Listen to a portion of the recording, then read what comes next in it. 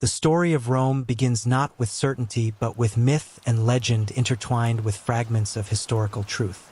According to Roman tradition, twin brothers Romulus and Remus were born to a Vestal virgin named Rhea Silvia and the god Mars. Fearing these divine children, a jealous king ordered them drowned in the Tiber. The river, perhaps knowing their destiny, carried them gently downstream, where they washed ashore at the future site of Rome.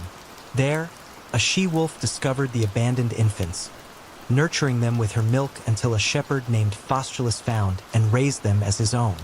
As they grew into strong young men, they learned of their royal heritage and decided to establish a new settlement on the banks where they had been saved. But the brothers quarreled. In a moment that would echo through Roman history, Romulus killed Remus and became the sole founder of the new city. Standing atop what would later be called the Palatine Hill, Romulus marked the boundaries of Rome with a plow in the year we now call 753 before the Common Era, a date that Romans would later measure their history from. The early settlement was little more than a collection of thatched huts overlooking the Tiber, surrounded by stronger Etruscan cities to the north and Greek colonies to the south. To strengthen his Nent community, Romulus offered asylum to outlaws, exiles, and refugees from surrounding areas. This created a problem, a shortage of women, which Romulus solved through the famous episode known as the Rape of the Sabine Women, inviting the neighboring Sabines to a festival and then abducting their daughters as brides for Roman men. For nearly 2.5 centuries after Romulus, Rome was ruled by kings. 7 monarchs in total guided the early city's development, transforming it from a village into a significant regional power. After Romulus came Numa Pompilius, remembered as a wise and pious ruler who established many of Rome's religious traditions and institutions. He created the position of Pontifex Maximus, the chief priest, and established the Temple of Janus, whose doors would be closed only in times of peace, a rare occurrence in Roman history. The third king, Tullus Hostilio, expanded Roman territory through warfare against neighboring Alba Longa. Under his rule, Rome absorbed the Alban population after their defeat, establishing a pattern of assimilation that would serve Rome well throughout its history. The famous combat between the Hachi and Curiati triplets, representing Rome and Alba Longa, respectively, dates from this period, a symbolic battle that decided the fate of both cities without full-scale war. Ancus Marcius, the fourth king, constructed Rome's first bridge across the Tiber and founded the port city of Ostia at the river's mouth, opening trade routes that would eventually connect Rome to the Mediterranean world. He also expanded the city's boundaries to include the Ganiculum Hill, providing better defense for the growing settlement. With the fifth king, Tarquinius Priscus, Etruscan influence became prominent in Roman culture.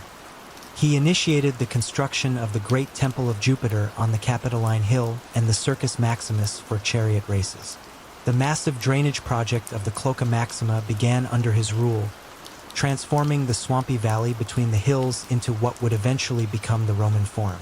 Servius Tullus, the sixth king, implemented Rome's first constitution, dividing citizens into classes based on wealth and military capability. This organization, known as the Censured Assembly, would remain fundamental to Roman military and political life for centuries. Servius also constructed the first defensive wall around the entire city, encompassing the famous 7 hills of Rome: the Palatine, Aventine, Capitoline, Quirinal, Vimial, Esquiline, and Caelan.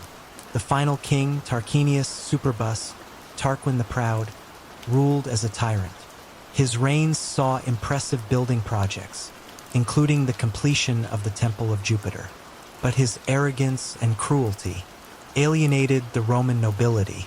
The breaking point came when his son, Sextus Tarquinius, raped Lucretia, a virtuous Roman noblewoman. This outrage provoked a rebellion led by Lucius Junius Brutus and Lucretia's husband, Collatinus. In 509, the monarchy was overthrown. Tarquin and his family fled into exile, and the Roman Republic was born. This new system of government designed to prevent the concentration of power in any single individual would shape not only Rome's future but influence political thought for millennia to come. Looking back at this foundational period, we can see how Rome's early experiences shaped its character. From its beginnings, Rome displayed remarkable adaptability, absorbing influences from Etruscans and Greeks while developing its own distinct identity. The early Romans established traditions of military discipline, practical engineering, and legal organization that would serve as foundations for their later empire. The city that began as a small cluster of villages grew to include multiple settlements across the 7 hills connected by paths that would become the famous streets of Rome. By the end of the monarchy, the population had swelled to perhaps 35,000 people, making it one of the largest cities in central Italy, though still modest compared to what it would become. Roman society in this early period was organized around the family, with the part's male head of household wielding nearly absolute authority over his dependents. Religious observance was meticulous, with Romans believing that proper rituals maintained the Pax Deorum, peace with the gods, essential for the city's prosperity. As you drift deeper towards sleep, envision these early Romans, farmers and warriors, priests and craftsmen, laying the groundwork for what would become the Eternal City. From simple beginnings on the Tiber's banks, Rome would eventually stretch its influence across 3 continents and establish an empire unlike any the world had seen before. But that expansion was still to come. For now, as the kings departed from history, Rome stood at the threshold of its Republican era, ready to embark on the path to greatness that would make its name immortal. As the last king of Rome fled into exile, the people stood at the dawn of a new era. The monarchy that had guided the city's early growth was gone, replaced by a bold experiment in governance that would shape the destiny of Rome for the next 5 centuries. The newly established republic was designed to prevent the concentration of power that had led to tyranny under Tarquinius Superbus. 2 annually elected magistrates called consuls replaced the king, each able to veto the other's decisions. This system ensured that no single person could dominate Roman politics. Behind these consuls stood the Senate, a council of elders drawn from noble families whose advice carried enormous weight, though it lacked formal legislative power. The early republic faced immediate threats to its existence. The exiled king sought allies among neighboring cities, while the powerful Etruscan lord Lars Porsena besieged Rome. According to legend, a Roman hero named Horatius Cocles held a bridge against the Etruscan army single-handedly, while his comrades destroyed it behind him, saving the city from capture. Rome's internal politics proved as challenging as its external enemies. The Republic was initially dominated by patricians, hereditary nobles who controlled both political and religious institutions. The majority of citizens, known as plebeians, found themselves excluded from power and often trapped in debt bondage to patrician landowners. This tension between the orders would shape Roman politics for centuries. The first major social crisis came when plebeian soldiers, the backbone of Rome's military might, withdrew from the city to the Sacred Mount in history's first recorded general strike. This drastic action forced patricians to create the office of tribune of the plebs, magistrates who could veto legislation harmful to plebeian interests. Tribunes were declared sacrian. Anyone who harmed them faced religious condemnation and death.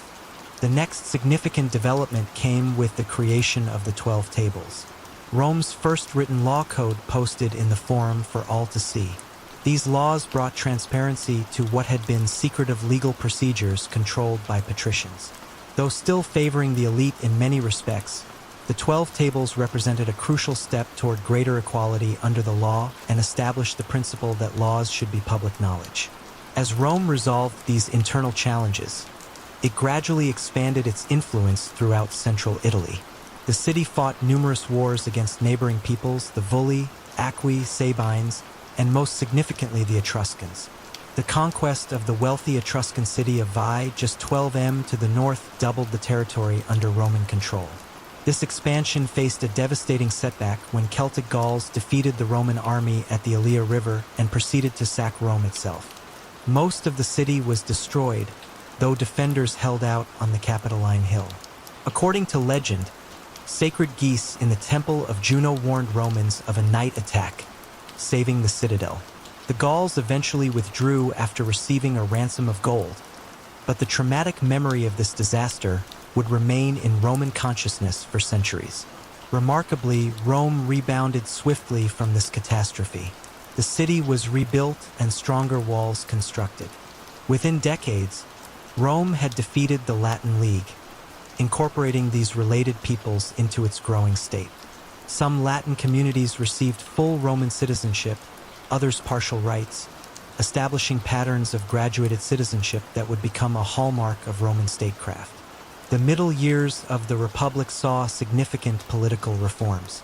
The Licinian-Sexian laws required that one consul must be a plebeian, opening the highest office to non-patricians. Over subsequent decades, plebeians gained access to all major magistrates and religious offices. While wealth rather than birth increasingly determined political opportunity, this process of social integration helped Rome avoid the destructive class conflicts that plagued many Greek city-states. Rome's growing power inevitably brought conflict with other regional powers. Through 3 grueling wars against the mountain peoples of central Italy known as Samnites, Rome extended its control from coast to coast across the Italian peninsula. As Rome consolidated its position in central and southern Italy, it encountered the sophisticated Greek cities of Magna Graecia. The most powerful of these, Tarentum, felt threatened by Roman expansion and called for help from Pyrrhus, king of Apris in Greece. Pius arrived in Italy with a formidable force, including war elephants previously unknown to Romans. Despite winning several battles against Roman armies, Pius suffered such heavy casualties that these Pyrrhic victories depleted his forces. After an unsuccessful campaign in Sicily, Pius returned to Greece, leaving the Greek cities to face Rome alone. Soon after, Tarentum fell, and Rome controlled the entire Italian peninsula south of the Po River. Rome's governance of this new Italian confederacy showed remarkable wisdom. While maintaining firm control of foreign policy and military affairs, Rome allowed allies to retain local autonomy.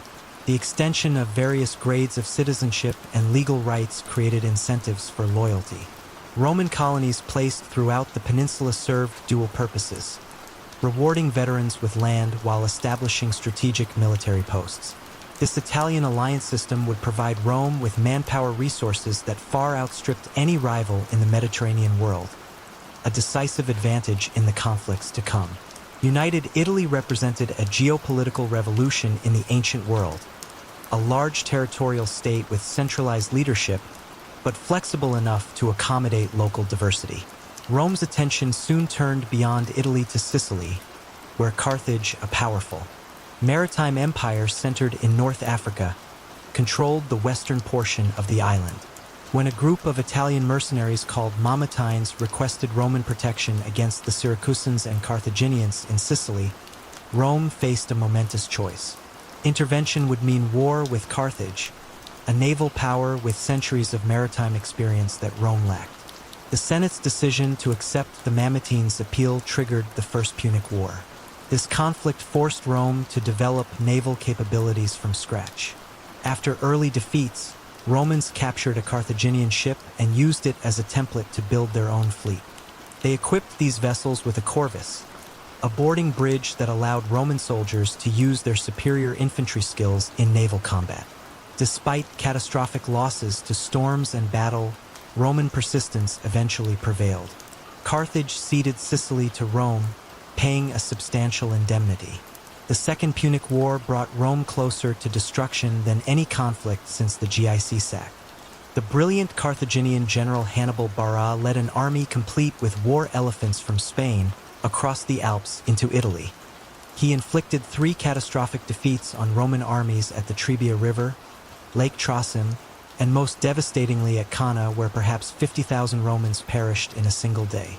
Despite these disasters, Rome refused to surrender.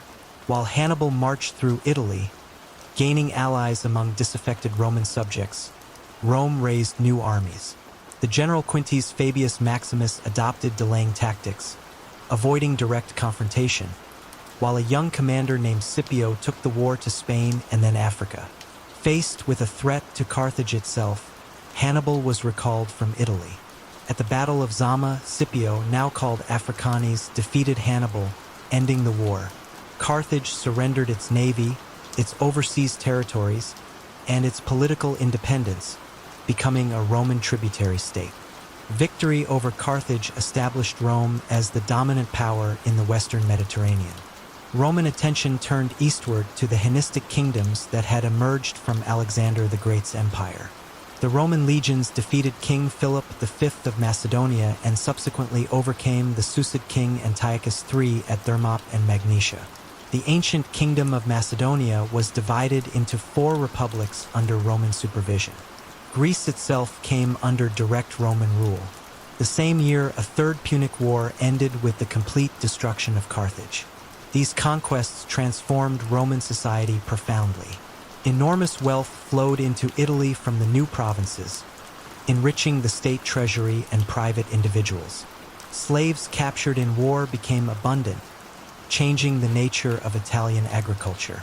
As small farms gave way to large estates worked by slave labor, many displaced rural citizens migrated to Rome, creating social tensions in the crowded capital. The republican political system designed for a small city-state struggled to administer a vast Mediterranean empire. Governors sent to rule, provinces often exploited their positions for personal gain. Successful generals commanded the loyalty of their troops, creating potential threats to civilian authority. The traditional values of simplicity, duty, and self-sacrifice that Romans called mos meo rum, the way of the elders, seemed to wane as luxury and ambition increased. These changes set the stage for the tumultuous final century of the Republic. Tiberius Gracchus was elected tribune and proposed redistributing public land to address rural poverty. His legislation provoked fierce opposition from wealthy senators who eventually murdered him. The first political assassination in Rome for centuries. A decade later, his brother Gaius Gracchus met a similar fate after proposing more radical reforms, including grain subsidies for urban citizens. These events shattered the traditional consensus of the ruling elite and established political violence as a tool in Roman politics. In the decades that followed, ambitious generals like Marius and Sulla used their military power to intervene in political disputes. Sulla's march on Rome marked the first time a Roman general turned his army against the city itself. After defeating his rivals in a bloody civil war, Sulla had himself appointed dictator and conducted systematic purges of his enemies through proscription lists, public postings naming those to be killed and their property confiscated. Though Sulla eventually retired, his actions created a dangerous precedent. 3 powerful men, Pompey, Cassius, and Julius Caesar, formed an unofficial coalition known as the First Triumvirate to dominate Roman politics. Caesar secured command in Gaul, where his brilliant campaigns conquered modern France and briefly invaded Britain, earning him unprecedented wealth, military experience, and popularity. When the alliance fractured, the Senate aligned with Pompey against Caesar. Ordered to surrender his command, Caesar instead crossed the Rubicon River with his army, igniting civil war with the famous declaration, "The die is cast." After defeating Pompey's forces, Caesar became dictator of Rome, implementing numerous reforms, including a new calendar. His increasing honors and lifetime dictatorship alarmed Republicans who saw him as aspiring to monarchy. On the Ides of March, conspirators led by Brutus and Cassius assassinated Caesar in the Senate House. Rather than restoring the Republic, Caesar's murder triggered renewed civil war. His adopted son Octavian joined with Mark Antony and Lepidus in the Second Triumvirate to hunt down Caesar's killers. After defeating Brutus and Cassius at Philippi, the triumvirs divided the Roman world among themselves.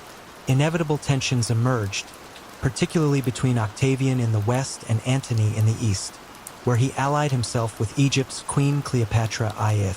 The final showdown came at Actium, where Octavian's forces under Agrippa defeated the combined fleet of Antony and Cleopatra. The lovers fled to Egypt, where they later committed suicide. Octavian, now sole ruler of Rome's vast territories, carefully avoided Caesar's mistakes. While accumulating unprecedented personal power, he maintained republican facades, referring to himself as prince, first citizen, rather than king or dictator. The Senate awarded him the title Augustus, marking the effective end of the Republic and the beginning of the Roman Empire. The Republic's legacy was complex. Its constitutional balance had ultimately failed to prevent civil war and dictatorship. Yet during its 5 centuries, Rome had evolved from a small Italian city-state to master of the Mediterranean world. Republican institutions would continue in name under the emperors, and republican ideals of liberty, civic duty, and constitutional government would echo through Western political thought for millennia to come. As Octavian stood before the Senate in January of the year we now mark as 27 before the Common Era, Rome stood at a crossroads. The republic that had governed for 5 centuries lay in ruins after decades of civil war. Yet rather than claiming outright monarchy, Octavian performed a careful political dance. He announced the restoration of power to the Senate and people of Rome, seemingly relinquishing the extraordinary authority he had accumulated. The Senate, filled with his supporters, responded by granting him the name Augustus, a title with religious overtones suggesting one who is revered or sacred.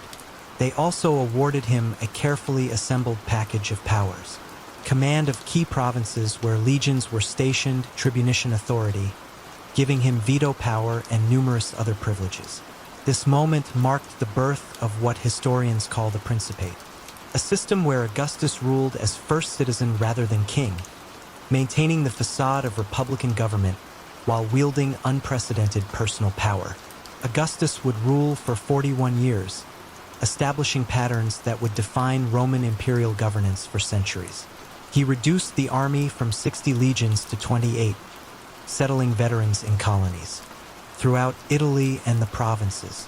He reformed the tax system, established a postal service, created firefighting cohorts, and organized a permanent police force in Rome. His building projects transformed the capital, so much so that he famously boasted of finding Rome a city of brick and leaving it a city of marble. In foreign affairs, Augustus secured and expanded Roman frontiers. Germanic tribes were pushed back beyond the Rhine, while the empire's boundary in the east was secured through diplomacy with the Parthian Empire. Spain was finally fully conquered after centuries of resistance, and the Danube became Rome's northern frontier in Europe. Perhaps most crucially, Augustus created a stable system of succession, something that had eluded the Republic in its final decades. Having no son, he gradually elevated his stepson, Tiberius, to prominence, ensuring a smooth transfer of power upon his death. Tiberius, a capable general but reluctant ruler, began a dynasty known as the Julio-Claudians that would govern Rome for more than 50 years. His rule started well, but grew increasingly dark after he withdrew to the island of Capri, leaving affairs of state to the ambitious Taurian prefect Janus. After uncovering Sejanus's plot to seize power, Tiberius launched a wave of treason trials that spread fear through the Roman aristocracy. Tiberius was succeeded by his grandnephew, Caligula, whose early promise devolved into apparent madness. Stories of his excesses, cruelty, and bizarre behavior, including plans to make his horse a consul, may be exaggerated, but his assassination after just 4 years of rule speaks to his unpopularity among the Roman elite. The Taurian Guard, the emperor's household troops, then elevated Claudius to the throne. Despite physical disabilities that had led his family to sideline him, Claudius proved an able administrator. During his 13-year reign, he expanded the empire, conquering Britain and incorporating new provinces in the east. He also extended citizenship more widely and admitted Gauls to the Senate, recognizing that Rome's future lay in provincial integration rather than Italian domination. The Julio-Claudian dynasty ended with Nero, who began his reign promisingly under the guidance of the philosopher Seneca and the Taurian prefect Burrus. As he asserted his independence, however, his rule grew tyrannical. He had his mother Agrena murdered, kicked his pregnant wife to death, and persecuted Christians after the Great Fire of Rome. Rising unpopularity led to revolts, and Nero committed suicide, reportedly lamenting, "What an artist dies in me." Nero's death ushered in chaos known as the Year of 4 Emperors. In quick succession, the generals Galba, and Vitellius claimed the throne, each overthrown by military revolt. Finally, Vespasian, commanding the Eastern legions, emerged victorious, establishing the Flavian dynasty. Vespasian brought stability back to the empire during his 10-year reign. A man of humble origins with a practical approach to governance, he restored fiscal responsibility after Nero's extravagance. His greatest architectural legacy was beginning construction of the Flavian Amphitheater, better known today as the Colosseum, built on the site of Nero's opulent palace as a gift to the Roman people. His eldest son, Titus, succeeded him just months before Mount Vuvius erupted, destroying the cities of Pompeii and Herculaneum. Titus handled this and other disasters, including a fire in Rome, with such compassion that he was widely mourned when he died after just 2 years of rule.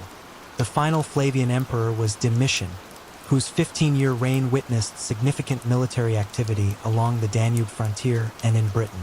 While an effective administrator, his autocratic tendencies alienated the Senate. His assassination brought the Flavian dynasty to an end. The Senate then selected one of its own members, the elderly Nerva, as emperor. With no natural heir and limited military support, Nerva adopted the popular general Trajan as his successor, establishing a pattern of adoptive succession that would serve Rome brilliantly for nearly a century. Trajan, born in Spain, became the first emperor from outside Italy. His 19-year reign saw the Roman Empire reach its greatest territorial extent. He conquered Dia, roughly modern Romania, incorporating its gold mines into the empire. His most ambitious campaign annexed Armenia, Mesopotamia, and parts of Parthia, briefly extending Roman rule to the Persian Gulf. Though some of these eastern conquests would be abandoned by his successor, they represented the high watermark of Roman expansion. Beyond military glory, Trajan was celebrated for his domestic policies. His extensive building programs included a massive forum in Rome and projects throughout the provinces.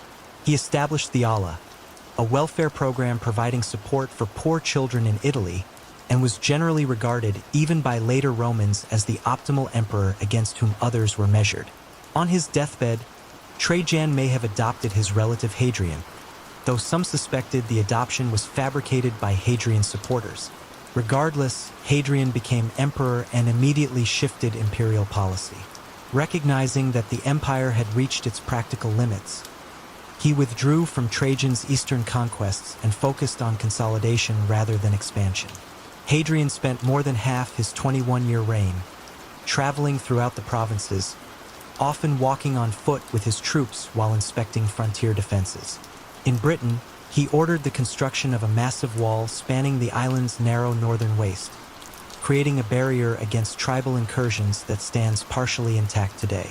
Similar frontier works were strengthened throughout the empire, establishing clear boundaries in place of continued expansion. A lover of Greek culture who wore a beard in the Hellenic fashion, unlike his clean-shaven predecessors, Hadrian spent extensive time in Athens, completing the massive temple of Olympian Zeus begun centuries earlier. His architectural legacy in Rome included the Pantheon with its revolutionary concrete dome still standing today as testament to Roman engineering brilliance. Hadrian's chosen successor, Antoninus Pius, ruled for 23 remarkably peaceful years. His reign saw no major wars or internal disturbances, allowing the empire to prosper. Continuing the tradition of adoption, Antoninus selected Marcus Aurelius as his heir with the provision that Marcus in turn adopt Lucius Verus as co-emperor.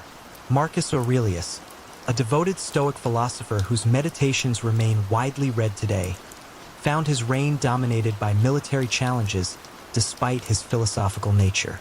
Germanic tribes, possibly pushed westward by population movements deeper in Europe and Asia, began pressing against Roman frontiers on the Danube in greater numbers than before. While Marcus and Lucius initially ruled jointly, Lucius' death left Marcus in sole command during increasingly difficult times. Beyond external threats, the empire faced a devastating pandemic known as the Antonine Plague, possibly smallpox, brought back by troops from campaigns in the east. This disease killed perhaps 5 million people throughout Roman territories, weakening both military and economic strength at a critical juncture. Despite these challenges, Marcus Aurelius maintained the frontiers and even planned to create new provinces beyond the Danube before his death. Unlike his predecessors who chose the most qualified successor through adoption, Marcus allowed his biological son Commodus to succeed him, a decision that would have dire consequences for Rome. Looking back across this 2-century span from Augustus to Marcus Aurelius, this era represents the Roman Empire at its zenith. The population reached perhaps 70 million people living in relative security under the Pax Romana or Roman peace. A vast network of roads totaling over 250,000 m facilitated trade, communication, and military movement throughout the Mediterranean basin and beyond. Cities flourished with public amenities unknown in earlier ages. Aqueducts delivering fresh water, public baths, theaters, and forums. Roman law, increasingly sophisticated and humane, was administered across 3 continents. Literature and art thrived during this period as well. Virgil's epic poem, the Aeneid, Oid's Metamorphoses, the histories of Tacitus, the biographies of Suetonius, and the letters of Pliny the Younger all date from this era. While innovations in science lagged behind literary achievements, practical knowledge in fields like architecture, engineering, agriculture, and medicine made daily life for Romans more comfortable than for any large population before them. Perhaps most significantly, this period saw the birth and early spread of Christianity. Jesus of Nazareth lived and died during the reign of Tiberius, and the new religion slowly spread throughout the empire despite sporadic persecution. By the time of Marcus Aurelius, Christian communities existed in most major cities, laying foundations for developments that would transform the later empire. The early empire also witnessed the increasing importance of the provinces. Italy lost its privileged position as emperors from Spain and beyond assumed the purple. Citizenship was gradually extended more widely, culminating generations later in its grant to all free inhabitants of the empire. Trade networks connected distant regions with goods flowing from as far as India and China into Roman markets. This remarkable era of stability and prosperity rested on several pillars. The Augustine settlement that balanced imperial power with respect for tradition. The adoption system that produced a series of capable rulers. Frontiers secure enough to prevent major invasions, and an economy that, despite its limitations by modern standards, generated sufficient surplus to maintain urban civilization.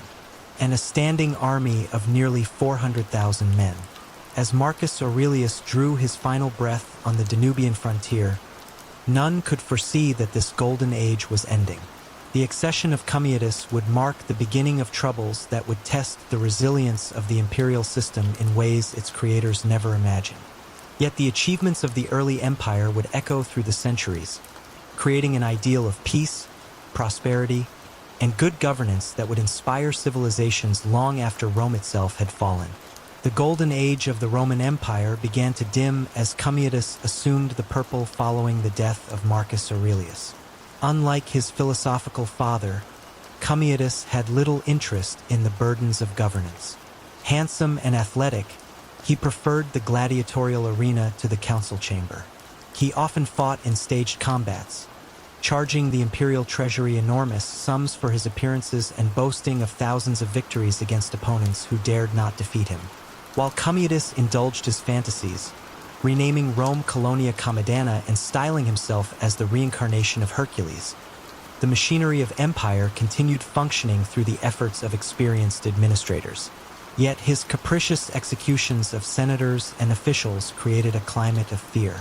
On the final day of the year, he was strangled in his bath by his wrestling partner, Narcissus, part of a plot involving his inner circle, who feared they would be next to face his wrath.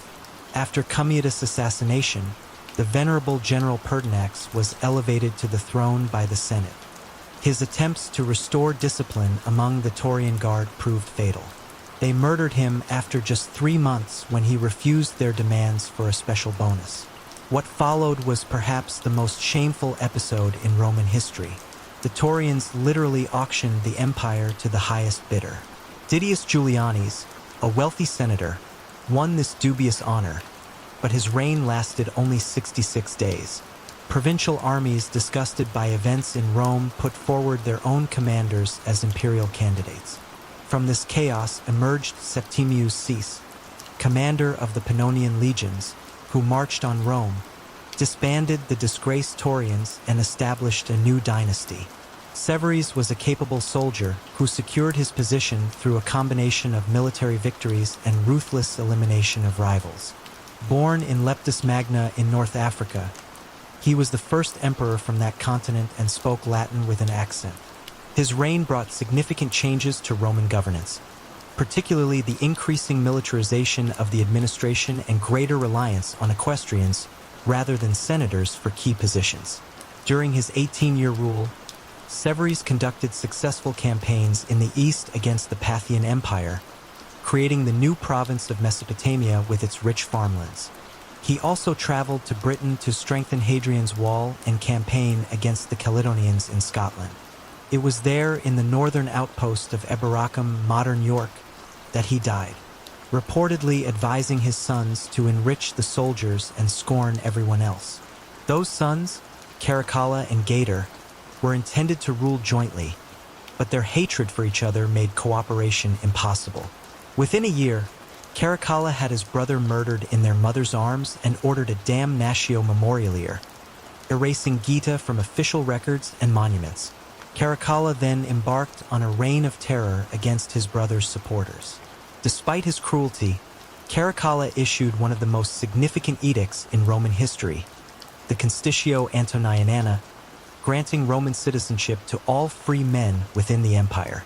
While partially motivated by a desire to increase tax revenue, this decree formalized the evolution of Rome from city-state to universal empire, where citizenship was defined by law rather than ethnic origin. Caracalla was assassinated while campaigning in the east, stabbed to death by a soldier as he relieved himself along a road. The Severe dynasty continued through a series of rulers connected by the remarkable women of the family, particularly Julia Mzur, sister-in-law of Septimius Sus, who engineered the rise of her grandsons Elgabalus and later Alexander Cis.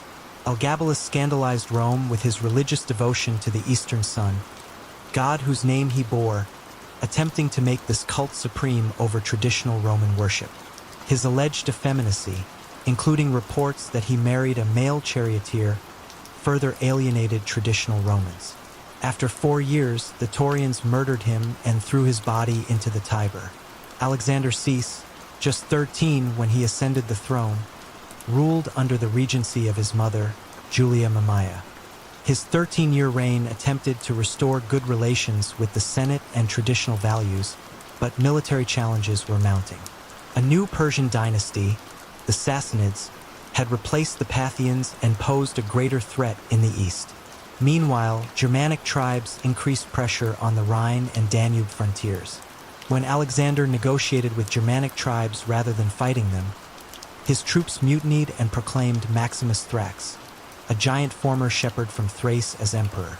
Maximus represented a new type of emperor, a soldier of humble origins with little education or refinement who rose through military merit alone. Though an effective general, his harsh taxation to fund military campaigns made him deeply unpopular with civilians. The Senate, desperate to restore their influence, supported a revolt led by the elderly Governor Gordian and his son in Africa. When they were quickly defeated, the Senate appointed 2 of their own members, Pupienus and Belinus, as co-emperors. Maximinus marched on Italy, but was murdered by his own troops as they besieged Aquileia. The Senate's appointees were themselves soon killed by the Taurian Guard, who elevated the 13-year-old Gordian III, grandson of the earlier claimant.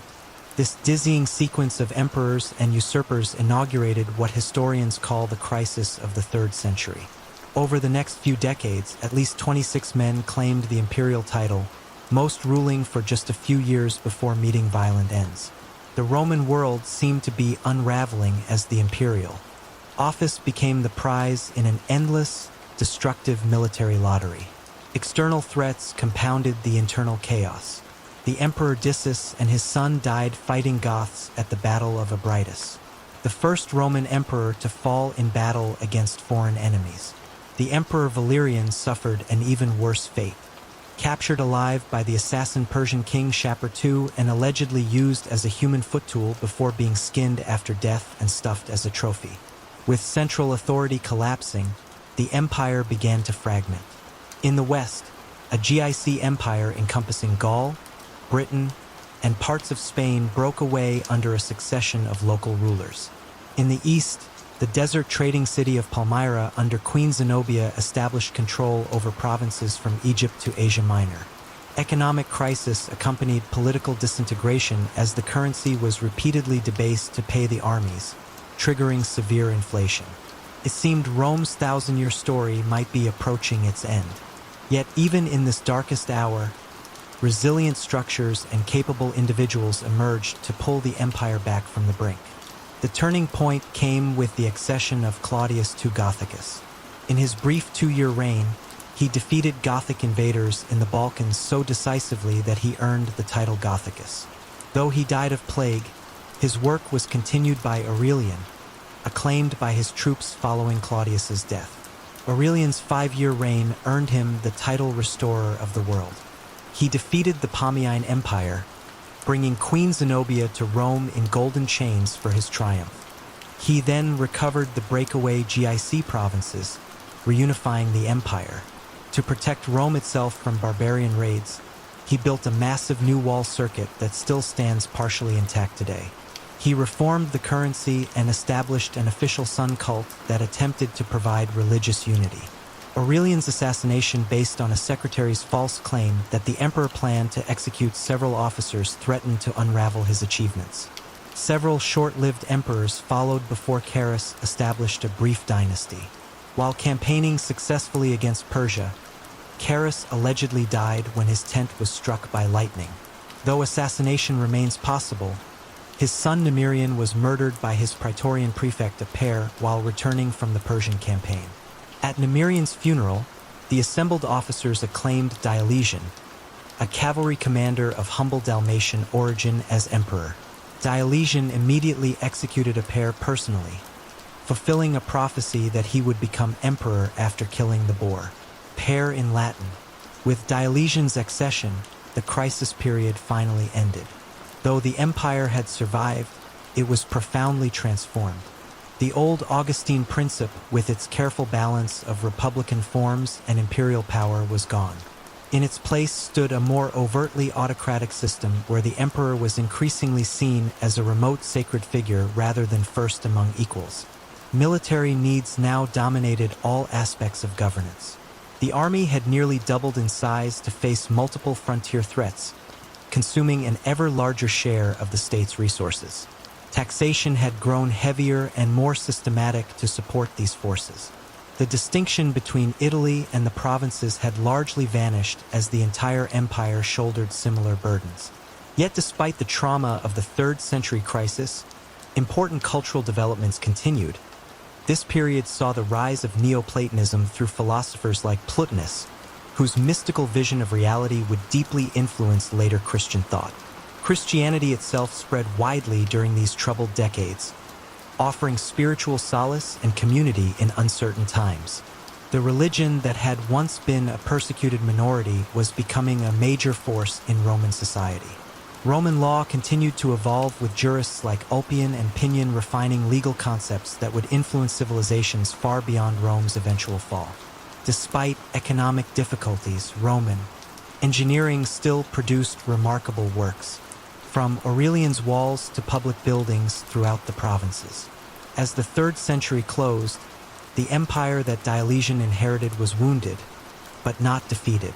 The coming reforms would reshape Rome's government completely, creating a new imperial system capable of meeting the challenges of a changing world. The transition from the early empire of Augustus to the late Roman world was complete, a transformation forged in the crucible of crisis and recovery. As Diocletian stood victorious after claiming the purple, the Roman world lay exhausted from a half-century of crisis. Drawing lessons from this turmoil, the new emperor would reshape imperial governance more dramatically than anyone since Augustus. Born to a humble family in Dalmatia on the Adriatic coast, Diocletian had risen through military service without the benefit of aristocratic connections. This outsider's perspective perhaps allowed him to see more clearly the systemic problems facing Rome. The empire had grown too vast and complex for a single ruler to manage effectively. Military emergencies on one frontier often required the emperor's presence just as crises erupted elsewhere. Recognizing this reality, Diocletian took the unprecedented step of appointing a co-emperor.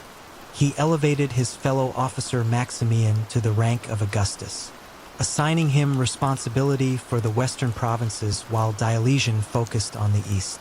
This division proved insufficient, so Diocletian expanded the imperial college further by appointing two junior emperors called Caesars, Galerius in the east and Constantius Chlorus in the west. This system, known as the Tetrarchy or Rule of Four, divided administrative responsibilities while maintaining the fiction of a unified empire. Each tetrarch governed a quarter of Roman territory from his own capital city as Rome itself lost its central role. The arrangement included a plan for orderly succession. After 20 years, the senior Augusti would retire, allowing the Caesars to be promoted and select new junior colleagues. This mechanism aimed to prevent the succession crisis that had plagued the 3rd century. Beyond restructuring imperial leadership, Diocletian reorganized the empire's administrative geography. Provinces were subdivided into smaller units, nearly doubling their number but making them more manageable. These provinces were grouped into 12 decies, themselves organized into 4 prefectures corresponding to each tetrarch's territory. This arrangement created multiple layers of oversight intended to reduce corruption and improve efficiency. The military underwent similar reorganization. Diocletian separated civil and military authority, which had traditionally been combined in provincial governors. He substantially increased the size of the army to address multiple frontier threats simultaneously. To limit the power of potentially rebellious generals, he reduced the size of provincial armies while creating a central mobile reserve that could respond to crisis. These expanded military and administrative structures required greater resources. Diocletian implemented a comprehensive census to identify taxable wealth and individuals. His new tax system required payment in kind rather than increasingly worthless currency, with set quotas of produce and goods collected from each region. To ensure essential services continued, Diocletian mandated hereditary occupations for certain vital professions, binding sons to follow their father's trades. While these reforms stabilized the empire, they came at the cost of significantly increased state control over individual lives. The free market economy of the early empire gave way to a more regulated system where the state's needs took precedence over private initiative. The distinction between honest and humili became more pronounced, with different legal standards applied to each. Diocletian also attempted to address economic instability through his edict on maximum prices, which set price ceilings for thousands of goods and services throughout the empire. Though well-intentioned, this measure proved impossible to enforce and was ultimately abandoned. In religious matters, Diocletian initially showed tolerance, but later launched what became known as the Great Persecution against Christians.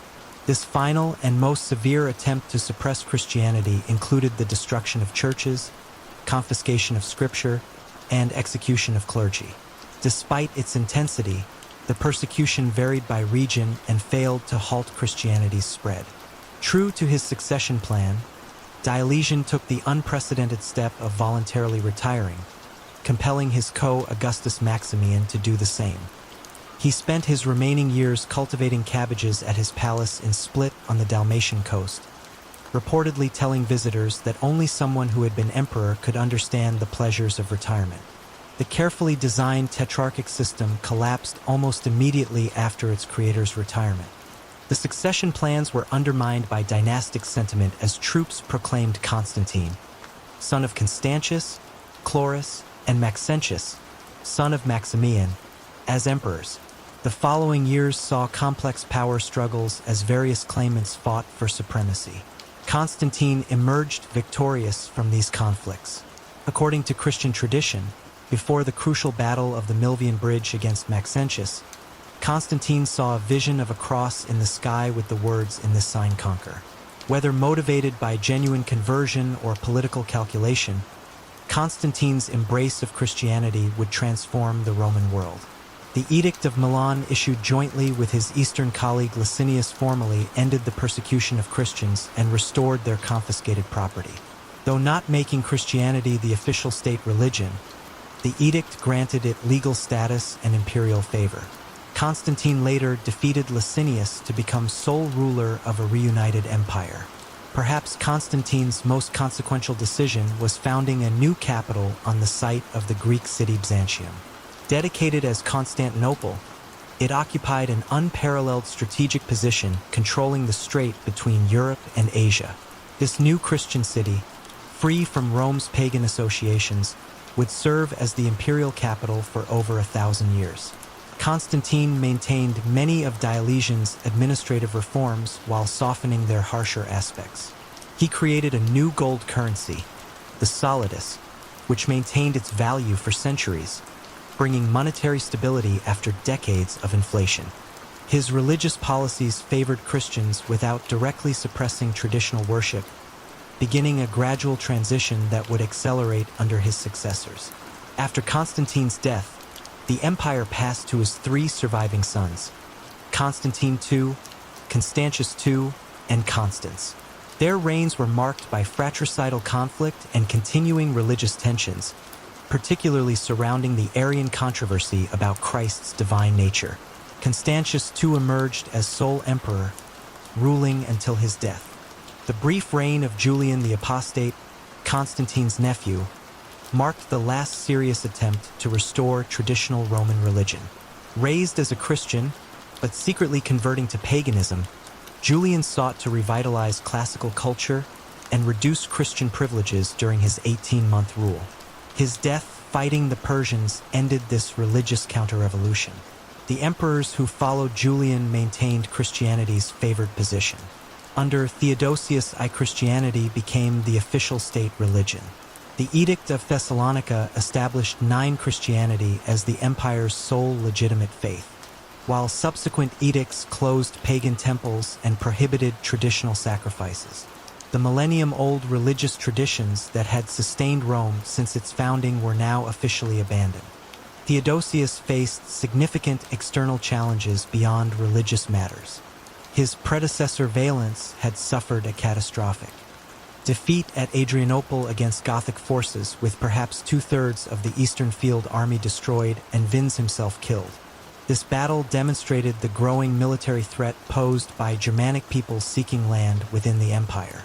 Rather than attempting to expel these Goths, Theodosius settled them within imperial territory as foederati, allied troops serving under their own leaders while acknowledging Roman sovereignty. This pragmatic solution provided needed manpower, but increased the influence of semi-autonomous Germanic groups within Roman borders. The late Roman military relied increasingly on such allied contingents and recruited heavily among Germanic peoples for regular units as well. The stereotype of effete Romans hiring barbarians to fight their battles is oversimplified. Many Romans still served, and many barbarians were thoroughly Romanized. Nevertheless, the army's ethnic composition changed significantly from earlier centuries. Social and economic developments during this period reflected the empire's transformation. Christianity reshaped cultural values, emphasizing otherworldly salvation over classical civic virtues. The urban middle classes declined as imperial service and large agricultural estates dominated economic life. Cities shrank within defensive walls as their classical monuments were cannibalized for building material or converted to Christian use. Yet amid these changes, remarkable cultural achievements continued. This era saw the flowering of patristic literature as Christian thinkers like Ambrose, Jerome, and Augustine developed sophisticated theological and philosophical systems that would influence Western thought for centuries. In law, the Theodosian Code compiled imperial legislation, creating a systematic legal reference that preserved Roman jurisprudence for future generations. Upon Theodosius's death, the empire was divided between his sons, Arcadius in the east and Honorius in the west. Though theoretically temporary, this division would prove permanent. While the eastern and western courts maintained the fiction of a unified empire, They increasingly pursued separate interests and faced different challenges. The eastern half, wealthier and better protected geographically, would endure for another 1,000 years as what modern historians call the Byzantine Empire. Though its citizens continued to call themselves Romans, the western half faced existential challenges that would lead to its collapse within a single lifetime. As the 4th century closed, the transformed Roman state bore little resemblance to the Principate of Augustus.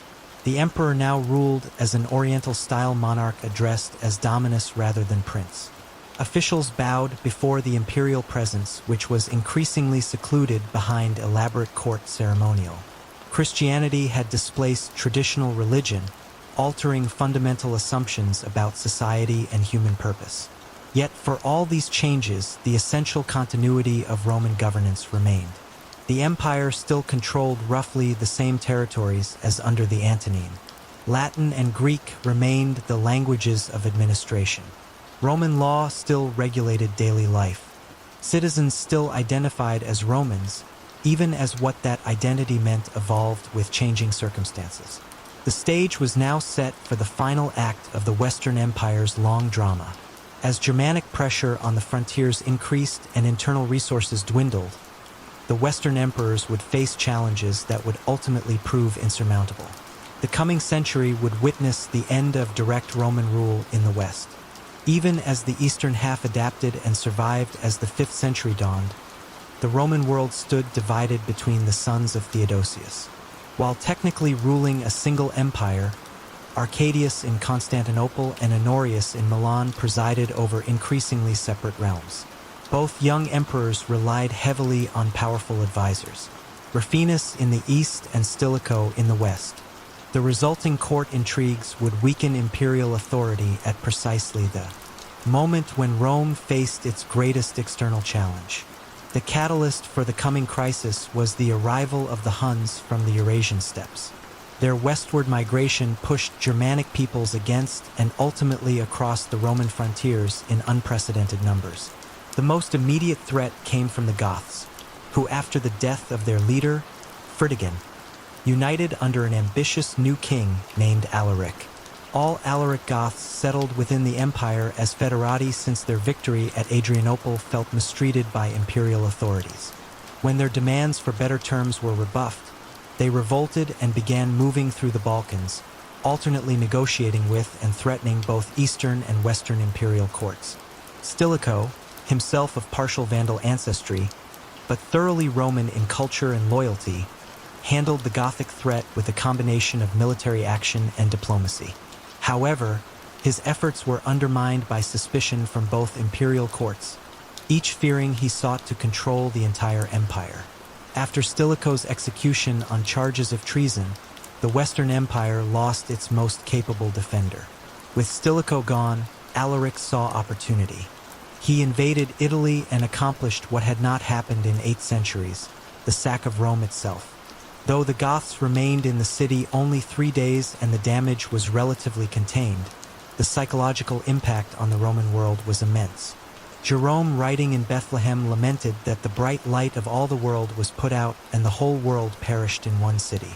After all Alaric's death shortly after the sack, the Goths moved into Gaul and eventually settled in Aquitaine as Roman federates. Meanwhile, other Germanic peoples had crossed the frozen Rhine during a particularly harsh winter, pouring into Gaul and eventually Spain. These included Vandals, Saves, and Alans, who established their own territories within nominally Roman provinces. The Western imperial government, now based in Ravenna, for better security than Rome, struggled to respond to these multiple incursions. Increasingly, real power rested with the master of soldiers, the supreme military commander rather than the emperor himself.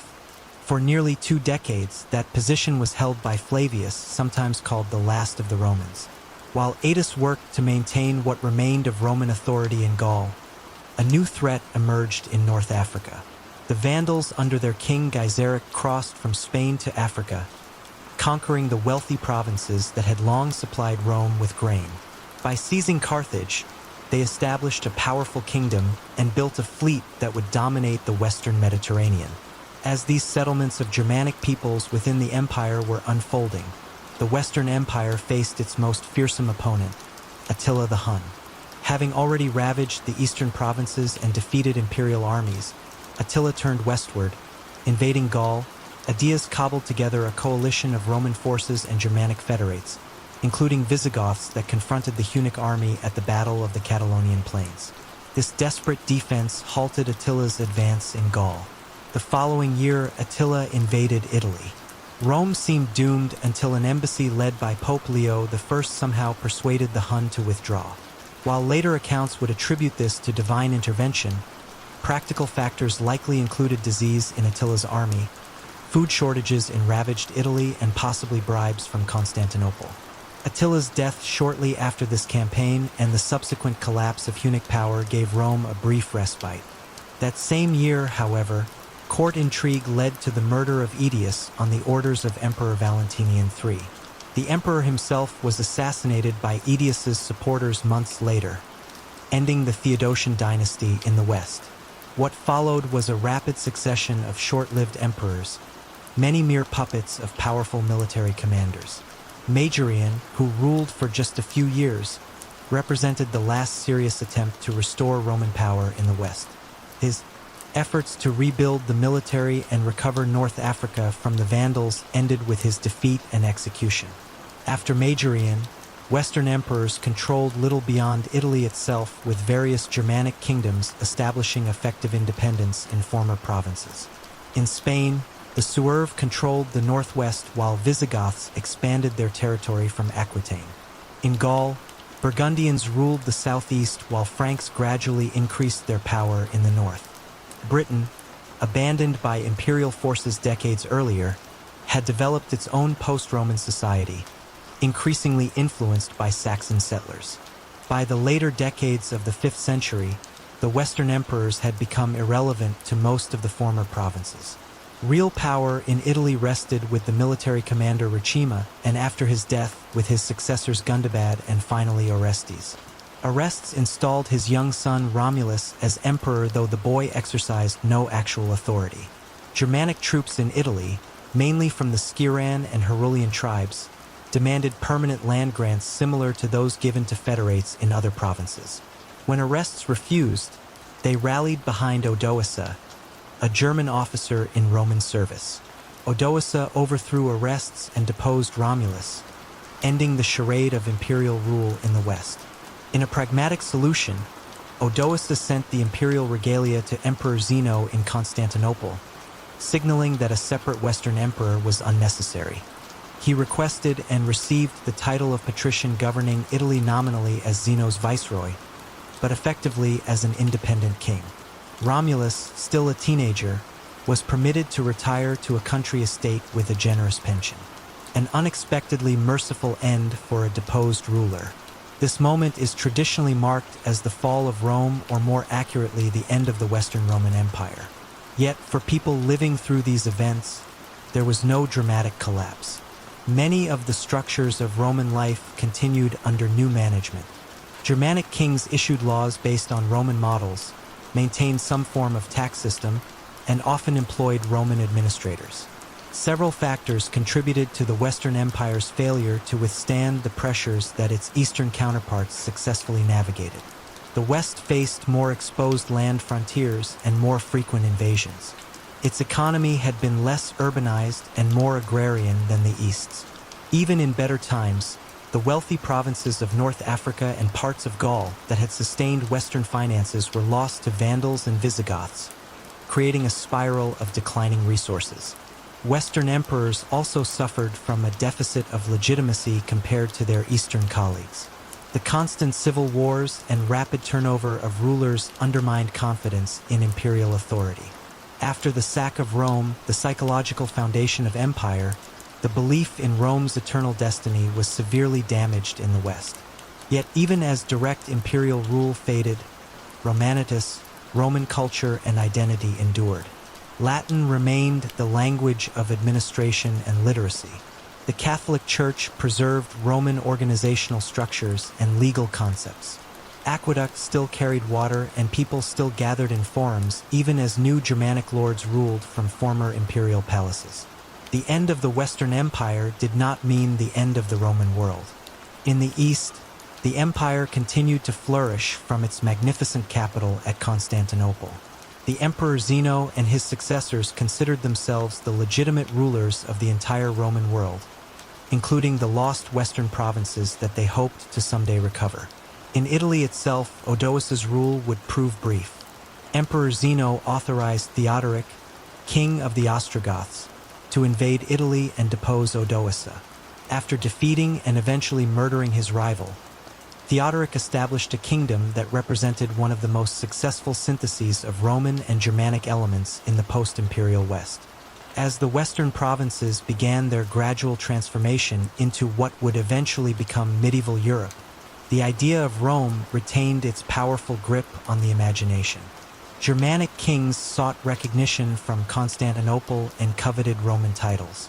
The church increasingly filled the administrative vacancy left by imperial retreat. And far to the east, the Roman Empire, now Greek-speaking and Christian, but still calling itself Roman, continued to uphold the legacy of Augustus and Constantine. The end of the Western Roman Empire thus marks not a cataclysmic collapse, but a significant transition point in a much longer process of transformation. The political structure created by Augustus 5 centuries earlier had finally failed in the West. But Roman civilization, like a great river dividing around an obstacle, would continue flowing through new channels in the medieval world to come.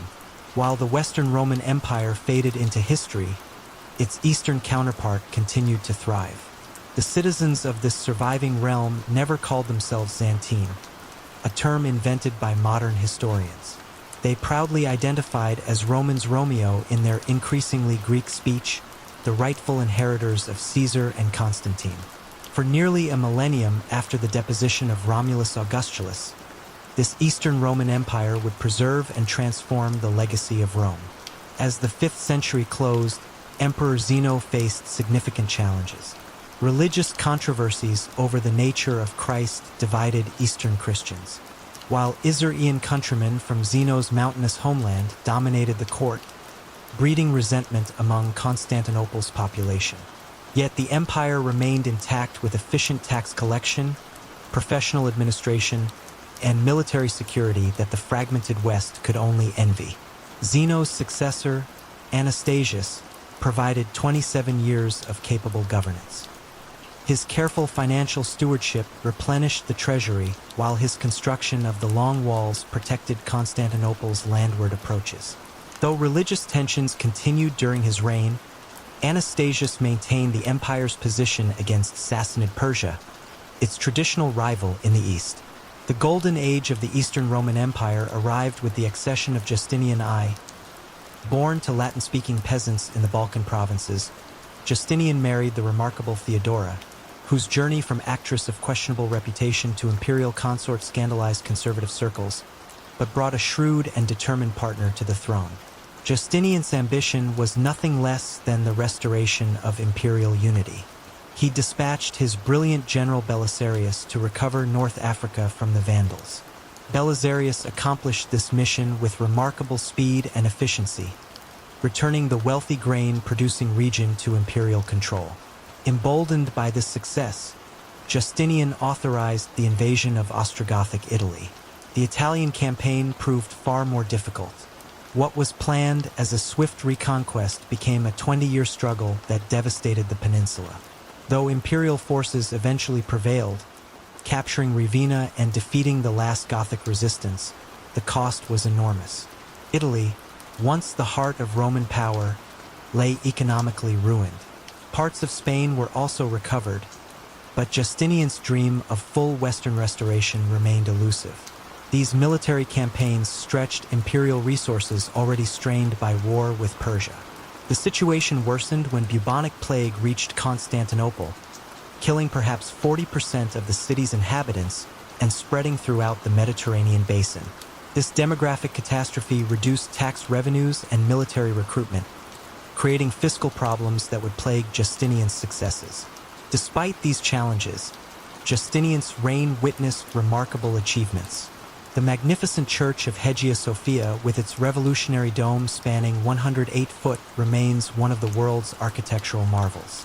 Even more enduring was the Corpus Juris Civilis, a comprehensive compilation and reform of Roman law that preserved classical legal principles for future generations. This legal code would eventually form the basis of many European legal systems and represents one of Rome's most significant legacies to the modern world. After Justinian's death, the empire entered a difficult period. His successor Justin II lost much of Italy to the Lombards while warfare with Persia drained resources. Subsequent emperors Tiberius II and Maurice maintained imperial defenses but struggled with diminishing resources. Maurice's attempts to reform the military led to his overthrow and execution by the usurper Phocas.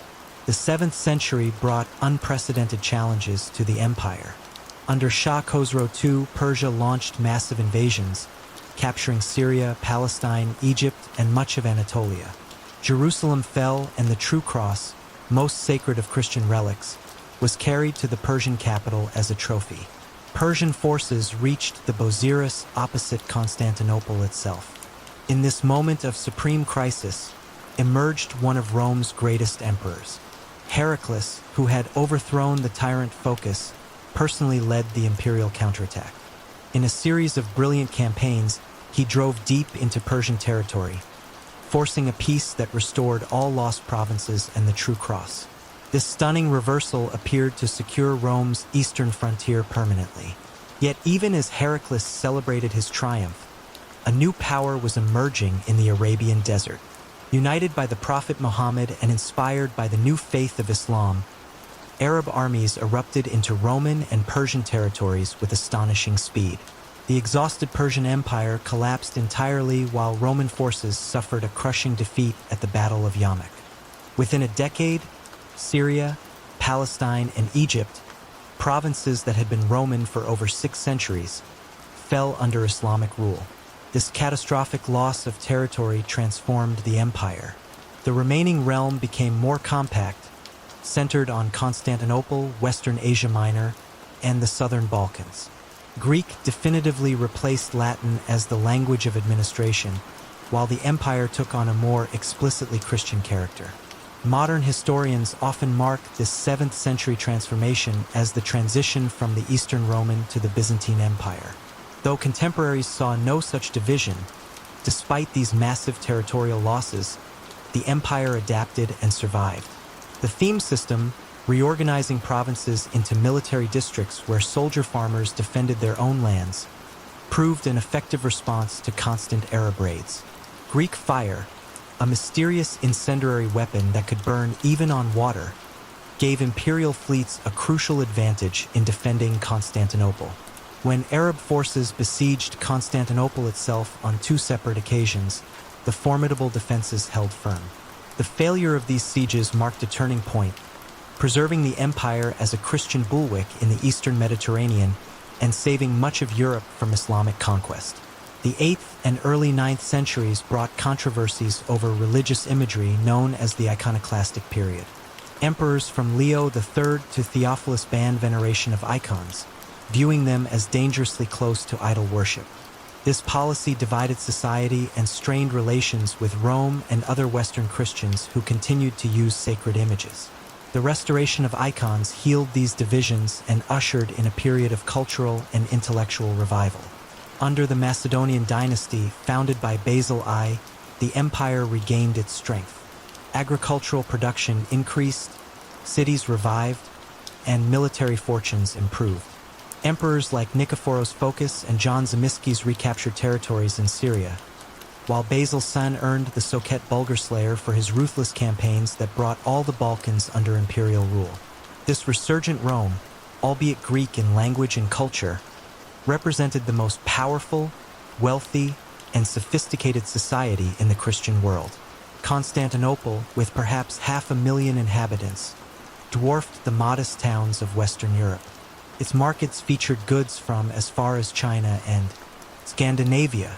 Its churches gleamed with mosaics, and its scholars preserved ancient texts unknown in the West. Yet beneath this golden facade, structural weaknesses were developing. The free peasantry that had formed the backbone of the theme armies gradually lost land to expanding aristocratic estates.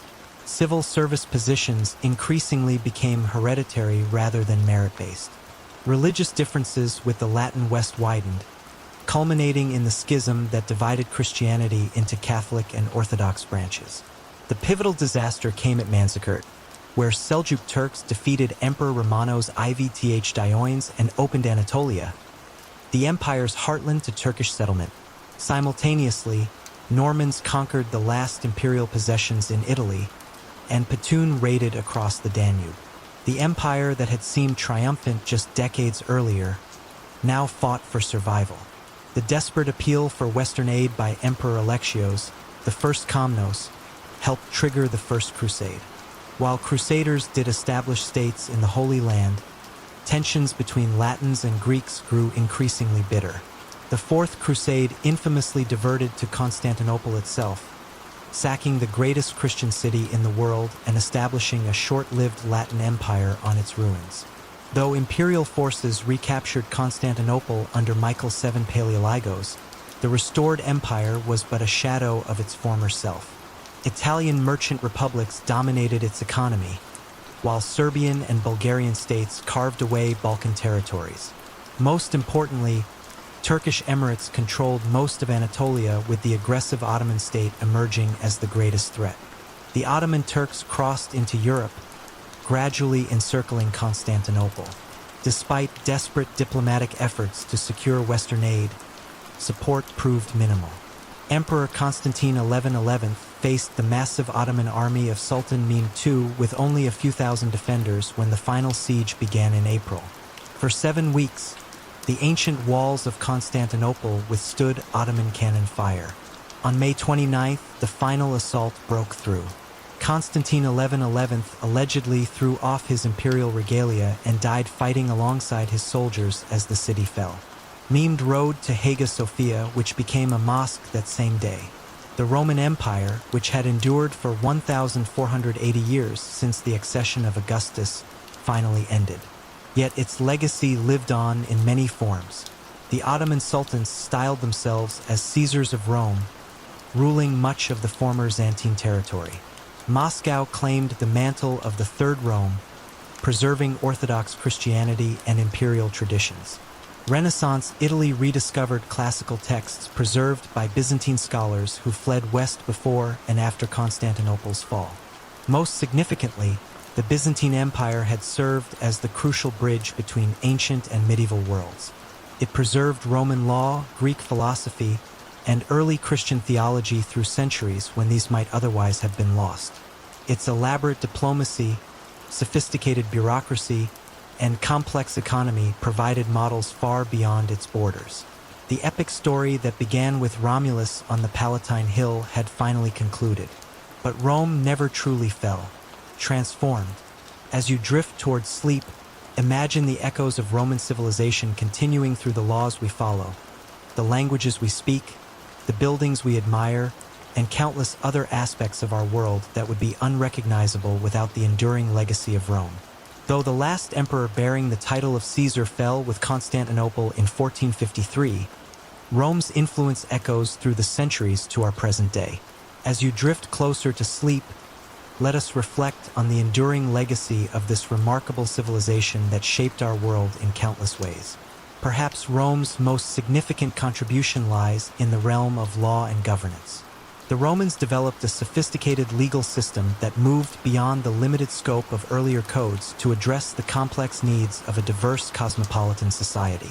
Concepts we take for granted: the presumption of innocence, the importance of intent in criminal acts, the distinction between civil and criminal law, all bear Roman fingerprints.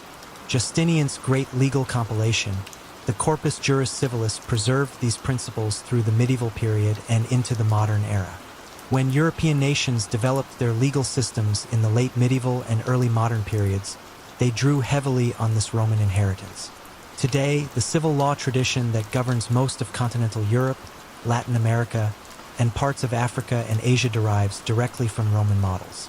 Even the common law tradition of England and its former colonies, while developing separately, absorbed many Roman concepts. Beyond specific legal provisions, Rome pioneered practices of public administration that would influence later states. The Romans created a professional civil service, systematic record-keeping, standardized weights and measures, regular censuses, and sophisticated tax systems. While these innovations might seem mundane, they formed the essential infrastructure that allowed complex societies to function. The very idea of citizenship, a formal legal status conferring rights and responsibilities, owes much to Roman practice. Rome's gradual extension of citizenship to conquered peoples offered a path to integration that helped sustain the empire for centuries. This model of earned inclusion, though imperfectly implemented, provided an alternative to the strict ethnic exclusivity that characterized many ancient states. In the realm of language and literature, Rome's impact remains inescapable. Latin, the speech of rustic farmers on the Tiber's banks, became the lingua franca of Western civilization for over a millennium. Though no longer spoken as a first language, Latin's descendants, the Romance languages, including Spanish, Portuguese, French, Italian, and Romanian, are native tongues for nearly 1 billion people today. Even languages not directly descended from Latin bear its influence through centuries of borrowing. English, though Germanic in its basic structure, derives roughly 60% of its vocabulary from Latin either directly or through French. Scientific, legal, and technical terminology throughout the world remains predominantly Latin-based, providing a common vocabulary across linguistic boundaries. Roman literature established forms and themes that would resonate through Western literary tradition. Virgil's epic Aeneid became a touchstone for later poets from Dante to Milton. Ovid's inventive mythological narratives in the Metamorphoses influenced Shakespeare and countless other writers. Cicero's rhetoric provided models for political oratory, while Seneca's philosophical works and tragedies shaped Renaissance drama. The letters of Pliny and the histories of Tacitus continued to influence how we understand the purpose and methods of these genres. The physical legacy of Rome remains equally impressive. Roman engineering transformed the Mediterranean landscape with an infrastructure network of unprecedented scale. Many Roman roads still form the basis of modern highways, their carefully planned routes proving optimal even with today's technology. Aqueducts built by Roman engineers continued to supply water to cities like Segovia in Spain into the 20th century. Roman architectural innovations, particularly their refinement of the arch, vault, and dome, made possible buildings of scale and permanence previously unimaginable. Their development of concrete allowed for structures that have endured 2 millennia of earthquakes, floods, and warfare. The Pantheon in Rome, with its perfect dome featuring an oculus open to the sky, remains one of the world's architectural marvels, inspiring buildings from the Renaissance to the present day. In military affairs, Rome's legacy is similarly profound. The Legion, a flexible professional fighting force combining heavy infantry with specialized units, provided a model that would influence armed forces for centuries. Roman emphasis on discipline, training, engineering, and logistics rather than mere courage or numbers set standards that later successful armies would emulate. Military minds today still study Caesar's campaigns as exemplars of strategic and tactical brilliance. Rome's political legacy presents a more complex picture. The Republic, with its checks and balances, separation of powers, and term limits, influenced the framers of many modern constitutions, particularly America's founders. Yet, Rome also demonstrated how republican institutions could be subverted by ambitious individuals and how liberty might be traded for security and stability. The imperial system that replaced the republic similarly offered both positive and negative lessons for later generations. At its best, the Roman Empire provided good governance, security, and prosperity to diverse populations across 3 continents. At its worst, it demonstrated the dangers of autocracy, the corruption of absolute power, and the challenges of maintaining unity across vast territories and different cultures. Christianity, the world's largest religion, owes its global spread to the Roman context in which it developed. Early Christians utilized Roman roads, ships, and urban networks to disseminate their message. After Constantine's conversion, The imperial administrative framework provided a template for ecclesiastical organization with diocese often corresponding to Roman provincial boundaries. Even the title Pontifex Maximus, once held by Roman emperors as chief priests of the state religion, passed to the popes who lead the Catholic Church. Rome's cultural achievement lay not just in its original contributions, but in its genius for synthesis and transmission. Roman artists, philosophers, and scientists often adapted Greek models, but in doing so they preserved and transmitted Greek achievements to later civilizations. Without Rome as intermediary, much of classical Greek thought might have been lost to the Western tradition. The idea of Rome itself became a powerful symbol long after the empire's fall. Throughout the medieval and early modern periods, political leaders sought to claim the Roman mantle. Charlemagne's coronation as Roman emperor in 800, Byzantine rulers' identity as Romii, the Russian Tsars' claim to be heirs of the Third Rome, and the Habsburg Holy Roman Empire all reflect Rome's potent symbolic legacy. Even Nazi architecture and Mussolini's fascist imagery consciously evoked Roman imperial grandeur, showing the persistent, if sometimes misused, power of Roman symbolism. Perhaps most fundamentally, Rome bequeathed to later civilizations a cosmopolitan vision. The idea that diverse peoples could participate in a shared cultural and political community while maintaining aspects of their distinct identities. Though imperfectly realized in practice, this Roman ideal of a world brought together under law and common citizenship, rather than divided by ethnic or religious boundaries, remains a powerful aspiration in our own, increasingly interconnected global society. Rome also demonstrated both the heights humanity can achieve and the depths to which it can sink. The same civilization that produced the wisdom of Marcus Aurelius also featured the excesses of Caligula. The society that built the Pantheon also staged the brutal gladiatorial games. This complex legacy reminds us that human achievements are always mixed with human failings, that civilization itself is always both inspiring and flawed. As you fall deeper into sleep, imagine how different our world would be without Rome's enduring influence. Our legal systems and languages, our architecture and engineering, our political institutions and religious organizations, all would be profoundly transformed without the Roman experience. From mundane details like the names of our months to profound questions about citizenship and governance, Rome has shaped how we understand ourselves and our society. The Roman story, spanning more than two millennia from Romulus to the fall of Constantinople, offers a grand epic of human achievement, resilience, and adaptation. Through rises and falls, triumphs and disasters, the Roman world evolved while maintaining connections to its past. Even after the empire ceased to exist as a political entity, its shadow continued to influence everything that followed. As you drift off to sleep, take comfort in this continuity of human experience.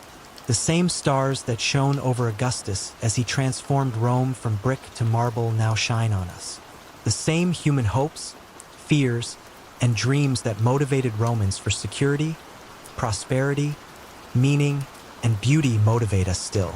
In that shared humanity lies perhaps Rome's most profound legacy of